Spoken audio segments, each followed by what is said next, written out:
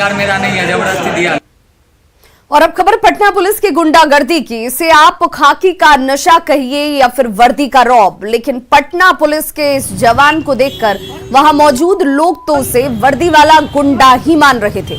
ये video Patna high court के पास की है, जहां पुलिस का ये रंगबाज जवान गाड़ियों की चेकिंग कर रहा था, लेकिन ट्रैफिक नियमों के उल्लंघन पर जुर्माना लगाने के बजाय इस जवान ने देखिए गाली गलौज की, लाठी का जोर दिखाया और लोगों से, जब तक इस जवान की करतूत का जब वीडियो बनाना लोगों ने शुरू किया, उन्हें भी इस शख्स ने भद्दी भद्दी गालियां दी।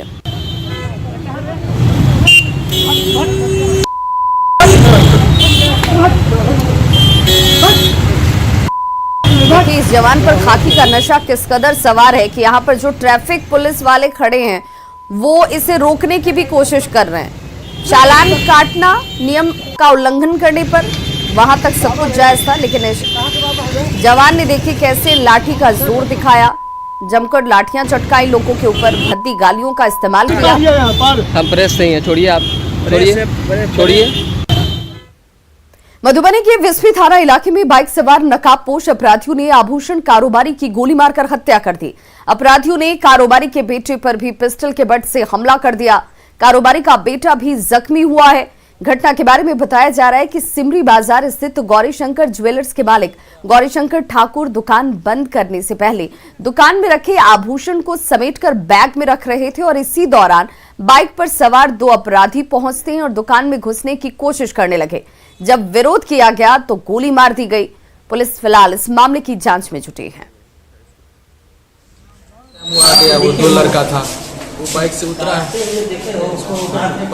वो आया, वो निकाला बंदूक, वो दिखाने लगा, वो दिखाते थे, उसको धक्का मारे तो वो रिटर्न फायर कर दिया। पापा जी को लग गया, मुझे यहाँ पे सर पे मारा, वो उससे बैग से में सुने कि गोली मार दिया आया है, अच्छा मृत्यु घोषित कर दिया। क्या करता था ये? कुछ दुकानदार है, सोना चांदी।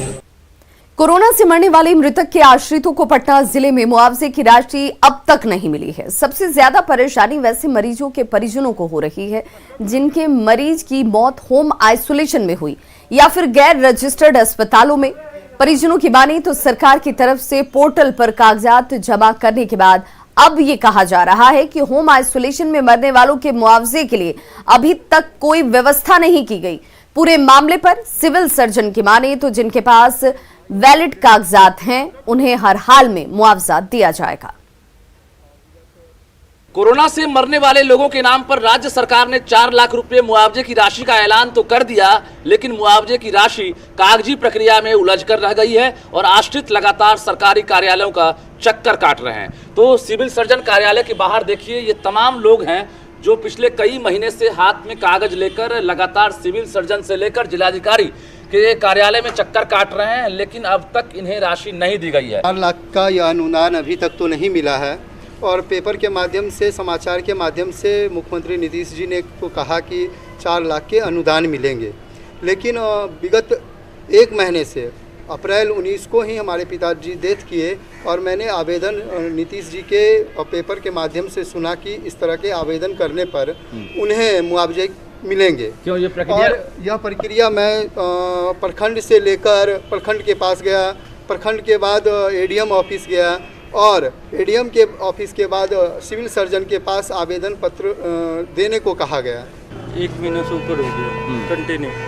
क्या परेशानी कहाँ हो रही है? परेशानी अभी जैसे मुझे बोला गया था कि सिविल सर्जन के ऑफिस में जाके पता करना, जो बगल वाली बिल्डिंग है वहाँ पे पता करने गया तो वो कह रहे जो भी होम आइसोलेशन है इसके लिए अभी हमारे पास कोई भी व्यवस्था नहीं किया गया है।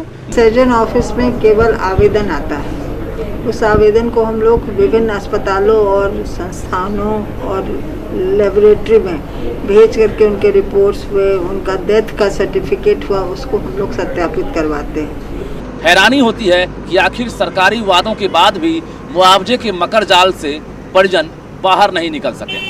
कैमरामैन मनीष जुनिया के साथ रजनीश कुमार, न्यूज़ 18 पटना। कोरोना से लड़ाई में मास्क सबसे बड़ा